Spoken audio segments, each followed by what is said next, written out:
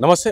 Telangana government ఏదైతే హెచ్‌సియూకి సంబంధించిన భూములు ఏదైతే 400 ఎకరాలు సో అది గవర్నమెంట్ ల్యాండ్ అందులో ఫారెస్ట్ గిన ఏం లేదని చెప్తా ఉన్న పరిస్థితి. ఇంకోవైపేమో ప్రజలు కావచ్చు, ఇప్పుడు సామాజిక సంఘకర్తలు కావచ్చు, ఇంకోవైపు విద్యార్థులు కూడా ప్రధానంగా అది లేదో గవర్నమెంట్ ల్యాండ్ అయినా ఏ ల్యాండ్ అయినా సరే అక్కడ చెట్లు ఉన్నాయి, అడవి ఉంది. సో దాన్ని నాశనం చేస్తున్నారు అని చెప్పి పెద్దగా ప్రొటెస్ట్ చేస్తున్న పరిస్థితి. సో దీనికి సపోర్ట్‌గా చాలా సంఘాలు కూడా వస్తున్నాయి. సో ప్రస్తుతం మనతో పాటు ట్రాన్స్‌జెండర్ ఉమెన్ కమ్యూనిటీకి సంబంధించిన ప్రెసిడెంట్ రచన ముఖోపాధ్యాయ గారు ఉన్నారు. ఒకసారి మాట్లాడదాం.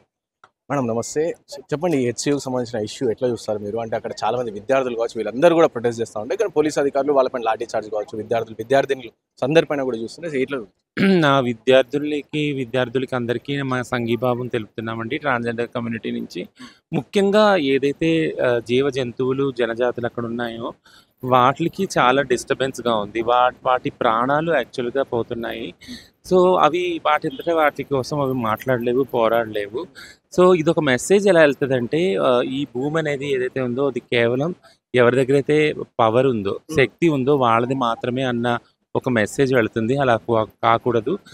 ఈ భూమి, ఈ సహజ వనరులు ఏవైతే ఉన్నాయో అందరికీ సమానమైన హక్కు ఉంది భూమి మీద, వనరుల మీద. కాబట్టి అక్కడున్న జంతు జీవాలని అట్లీస్ట్ వాటి మీద దయ ఉంచైనా కానీ ఈ ఈ ఇదైతే డిఫారెస్టేషన్ ఉంది ఆపాలనుకుంటున్నాను.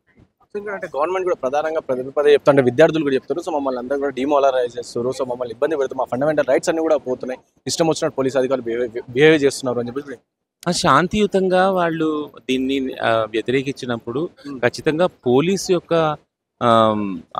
ఫోర్స్ని ఉపయోగించి దీన్ని అణచవలసిన ఇది లేదు. ఎందుకంటే ఆది నుంచి తెలంగాణ ఏదైతే గడ్డ ఉందో అది ఎంతో ఓర్పుతో, సహనంతో మొత్తం ప్రపంచంలోనే పోరాటం అనేది ఎలా ఉండాలి,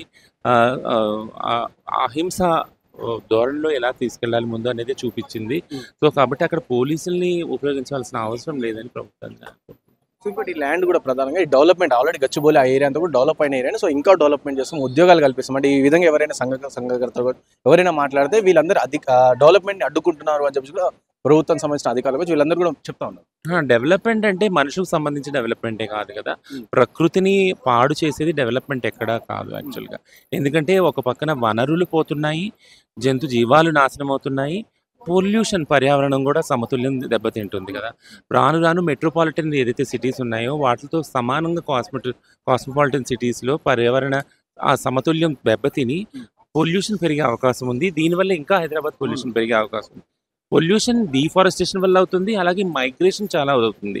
దీనివల్ల చాలామంది డెన్సిటీ పెరుగుతుంది పాపులేషన్. దానివల్ల ఇవన్నీ మెయిన్ రెగ్యులేట్ చేయవలసిన అవసరం ప్రభుత్వానికి ఉంది.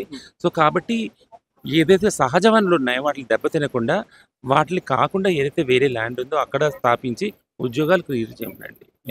సో ఇంకోటి ఇది గవర్నమెంట్కి హైకోర్టు కావచ్చు, సుప్రీంకోర్టు అవి కూడా చెప్తాను. అంటే ఈ విధంగా ఏవైతే డిఫారెస్టేషన్ సో తక్షణమే ఆపండి అని చెప్పినా సరే గవర్నమెంట్ ఇంకా చేస్తూ ఉన్నది, అయినా వెళ్తున్నారు. హైకోర్టు ఇచ్చిన నోటీసులను కూడా లెక్క చేయకుండా చేస్తున్నారని విద్యార్థులు చెప్తున్నారు. సో మీరే అది చాలా అమానవీయం అండి. ఎందుకంటే ఫోర్స్ను ఉపయోగించి ప్రభుత్వం చేసేది ఏది కూడా చాలా అమానవీయం. కోర్టు మీద అట్లీస్ట్ రెస్పెక్ట్ ఉంచాలి, జడ్జిమెంట్ మీద రెస్పెక్ట్ ఉంచాలి. ఒకవేళ ప్రభుత్వమే రెస్పెక్ట్ ఉంచినప్పుడు సాధారణ వ్యక్తులు అలా చట్టాల మీద, న్యాయ సభల మీద గౌరవం ఇస్తామని అనుకోరు. కనీసం అట్లీస్ట్ కోర్టు మీద, చట్టాల మీద వాళ్ళ గౌరవం ఉంచి న్యాయ వ్యవస్థ మీద ఇది ఆర్డర్ని అంటే ఏదైతే డిఫారెస్టేషన్ దాన్ని వెనక్కి తీసుకోవాలని అనుకోరు. ఇంకా ఎవరైతే సంఘీభావం తెలపడానికి వస్తారు, లైక్ మీలాగా కావచ్చు, వేరే చాలా మంది వస్తున్నారు, వాళ్ళ గవర్నమెంట్ ఏం చెప్తా ఉందంటే ఇది ఇంత పెయిడ్ బ్యాచ్ ఉంది అని చెప్పి ఈ విధంగా గవర్నమెంట్ నుంచి చెప్తా ఉన్నారు. సో దీన్ని పెయిడ్ ఎవరు లేరండి, కేవలం దీన్ని డిమారలైజ్ చేయడానికి పెయిడ్ అని అంటున్నారు. సో ఒక అథారిటీ ఏదైతే గవర్నమెంట్ ఉందో దాన్ని ముందు నడిపించడానికి కోసమని దీన్ని పెయిడ్ అంటున్నారు. ఎవరు కూడా వాళ్ళంతా వాళ్ళు స్వచ్ఛందంగా వచ్చిన వాళ్ళే కార్యకర్తలు, అన్ని కమ్యూనిటీకి సంబంధించిన వాళ్ళు. సో ఫైనల్గా ఏం చెప్పదలుచుకున్నాం అంటే గవర్నమెంట్కి ఈ విధంగా ఇష్యూస్ కావచ్చు, విద్యార్థులు కావచ్చు, ఇంకా సపోర్ట్ చేసి వచ్చే వాళ్ళు ఏం చెప్పాలంటే? గవర్నమెంట్ కావాలంటే ఎక్కడన్నా స్థలం సంపాదించవచ్చు, ఎక్కడన్నా ఐటీ కంపెనీ నిర్మించవచ్చు. కాబట్టి దయచేసి మా అందరి సంఘాల యొక్క నిర్ణయాన్ని వాళ్ళు కన్సిడర్ చేసి దీన్ని ఇప్పుడు ఆపాలని నేను కోరుకుంటున్నాను. అది మైండ్. Thank you.